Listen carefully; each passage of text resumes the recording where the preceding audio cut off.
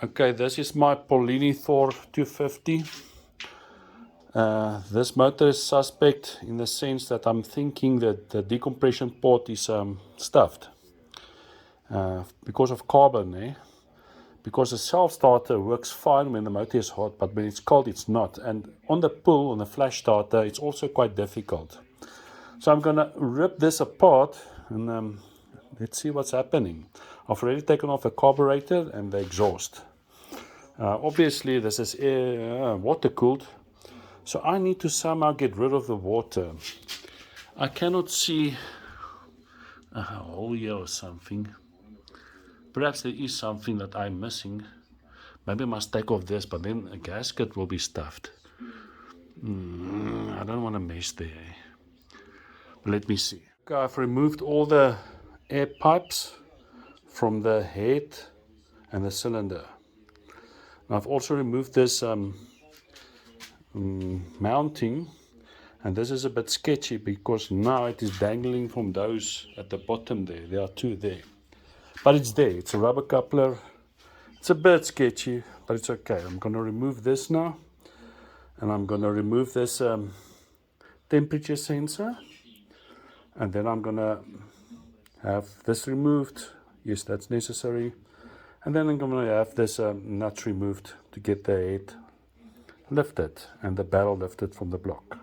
Let's see what happened. Okay, I've removed all the bolts and I lifted it, and voila, it came undone. So I must lift it now. Already can see that the seal on the bottom is breaking because half is attached to the barrel, the rest is attached to the rest of the housing. Let me pull it.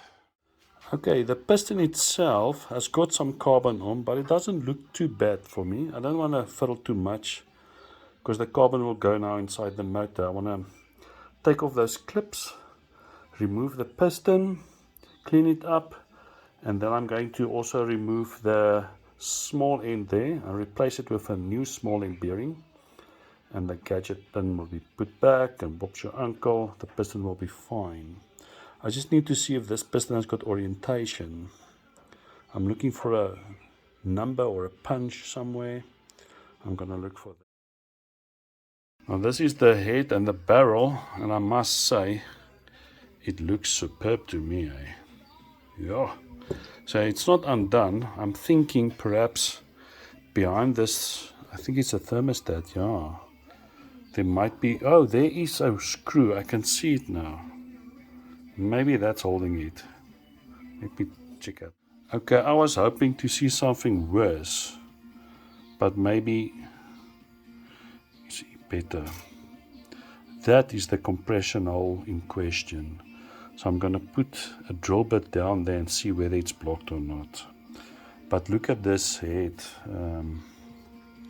Yeah, that's like new, man. Nothing wrong with that. Okay, so there's nothing wrong with it.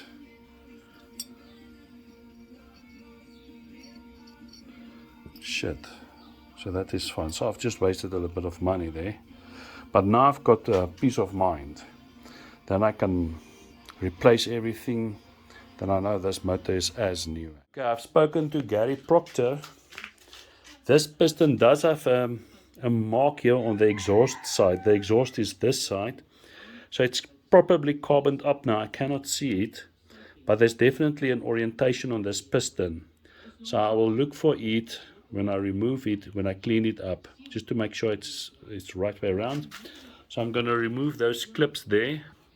There's one there and the one on the other side with a plier to get this piston out. Okay, I managed to remove the piston. So there was a clip in front here and at the back. So I removed both clips and I pushed this pin backwards and it came undone. It came it came off. Now that's that pin bearing there, that the small end, I'm also going to replace later on. But now I've got a piston and I can see an arrow there. That arrow points towards the exhaust. Good. This is the piston. This is the exhaust side.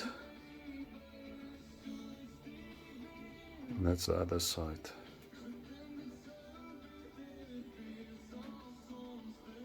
I'm going to clean it up. Everyone has got its own trick, but I trust this, brake and parts cleaner. This works well. It is not abrasive, and you can see the stuff just peeling off there. I will use a bit of a Scotch Guard brush or something, but this helps. Okay, I tried this. It worked to a certain extent, and then I gave up, and then I had this. It's this 800 sanding paper, 800 grit, and that worked very good. So the crown of the piston is not damaged. It's beautiful. Everything is fine. All the carbon is off, so I'll commence cleaning the rest of it. The head is perfect. I've just blown it with that parts cleaner, blown it with air, and now it's perfect. There's no carbon buildup on the head. The barrel is another story at the exhaust port. So I've taken off this gasket, and I'm going to clean this exhaust port, just to be as perfect as possible. Okay, the head is perfect. The piston is perfectly clean. The barrel is perfect. Even the exhaust port is very nice. Those are my new rings. This is my new reed valves and the clips for there on both sides. This is a gasket kit, bottom and top. And this is the top small end bearing that fits in there. I'm going to start assembly. And that's a chocolate. Here's something interesting. I've just removed this small end bearing, and it's black. This new one is white. I don't know if that's a carbon deposit or something. Maybe it's just, I don't know. But I reckon it's okay. She'll be fine. I need to check out the reed valves. I've taken this off, and then the reed valves are behind there. I'm removing that. Cool bananas. Now the rule is, if you can see light thread, they should be replaced. These are fine, but there's one there that's got a chip. So I'm going to replace it just to have ease of mind.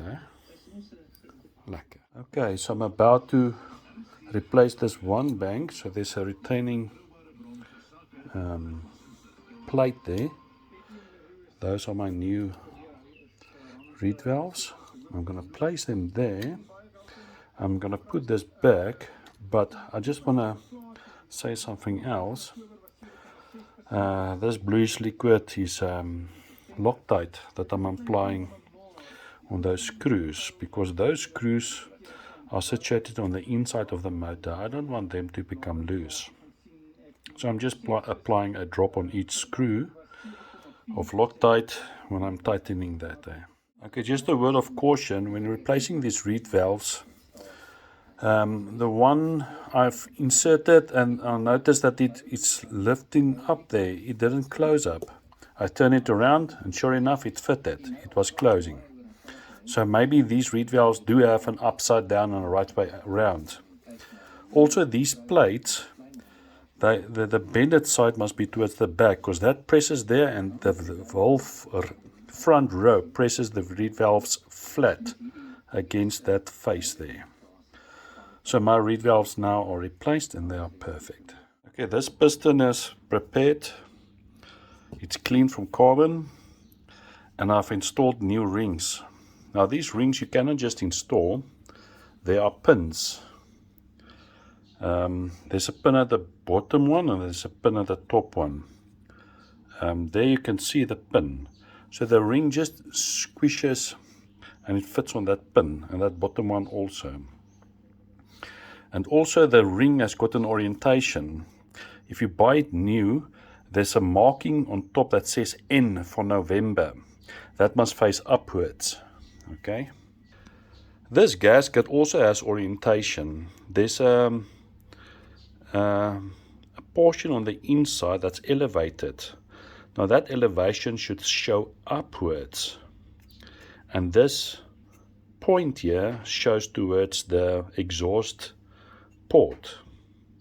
I'll show it later again. Okay, I have turned this barrel upside down, and I made sure about the orientation of the piston, and I coached the rings inside. I thought this would be an easy method installing the piston, because if you put this on the block, you must do everything upside down. But here I'm doing it right side up by turning it upside down. So now rings are there and the orientation is fine. That is the exhaust port, and that arrow shows towards the exhaust port of the piston. Alrighty then, I'm going to try to put it now on here. I'm going to try to set it at home, but I cannot do it like this because I've got my phone in my hand. Okay, I've just slided this barrel over the head bolts, and it seems though my MacGyver move might just work. I'm going to see if I can press that pin, that gauging pin, way to the back. Le voila! So the pin that looks like this is already installed at the back. So I've pushed this gauging pin inside there, and this retainer pin I'm going to install now. Hopefully it doesn't fall inside the motor. I'm hoping for the best. Installing that pin was quite nerve-wracking. It wasn't, I did it the first time around, but it wasn't easy because of that. Yeah! And it's a bit difficult, but now I know the rings are perfectly aligned. I can push this downwards. I made a mistake. I've forgotten the gasket. No, I must do everything over. Okay, with my gasket set, I got two of these. One is aluminium, one is paper. My motor came with only a paper one, and I'm led to believe that this aluminium one will have the effect that there's a little bit of more of a clearance between the piston and the head at TDC. So your squeak is altered. But my motor came with this one, and I'm going to replace it with this one because I know it worked fine. There was nothing wrong with this. And on both sides, I'll apply this sealant, Victor Rheinz. I'm not too sure how to pronounce it. It's a German product. I've been using this for many years. Excellent product. So I'll just apply a little bit on both sides, put it on the block, and drop the sleeve on the block. Okay, I only applied that sealant on the one side of the seal. It looks liberal, but it's not a lot because it's not very easy to do it on both sides. You're going to make a mess. So I've applied it on this one side, and then I've applied it on that side. So I'm going to put the seal now with this side facing upwards. Okay, sliding the barrel over the piston wasn't difficult. I just then gently pushed the rings inwards and pushed the barrel downwards until and I made sure that the rings aligns with the pins on the side of the piston, and voila, it went through. So my previous plan wasn't necessary, but now I need to ensure that the barrel aligns. This can move quite a bit, so I need to pull the flash starter and see if this barrel is moving. And if it's not moving, I know it's aligned and it will not wear the skirt of the piston prematurely. I'm going to do that now. Okay, I have aligned the barrel. Initially I noticed the barrel moving, but right now when the piston moves up and down, that barrel remains stationary, which means it aligns properly. Now I'm going to install the head gasket with the elevated part facing upwards and this point facing towards the exhaust port. Now I'm making sure that the holes also align. It's going. I'm not forcing anything. It's going. Not going.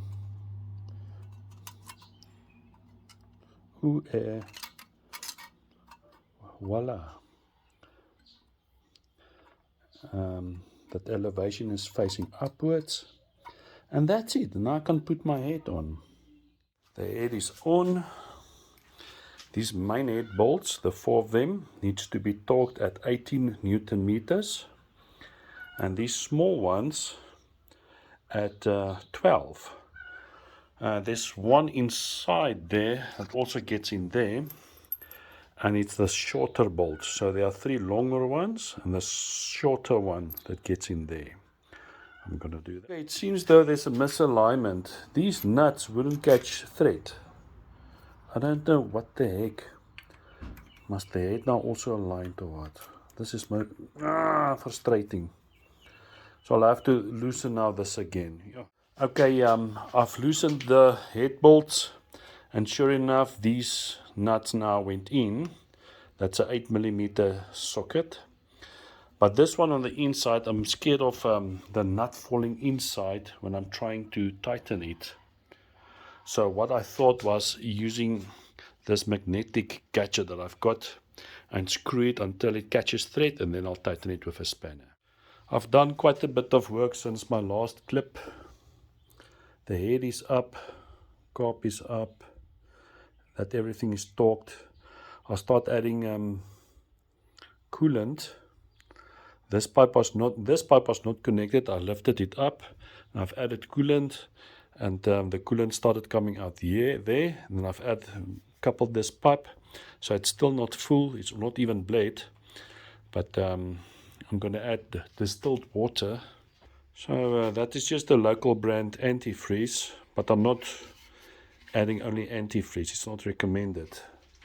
So I have to dilute it, but to avoid minerals creating deposits and scale and rust and what all you've got, I'm adding distilled water to the mix. This is good stuff.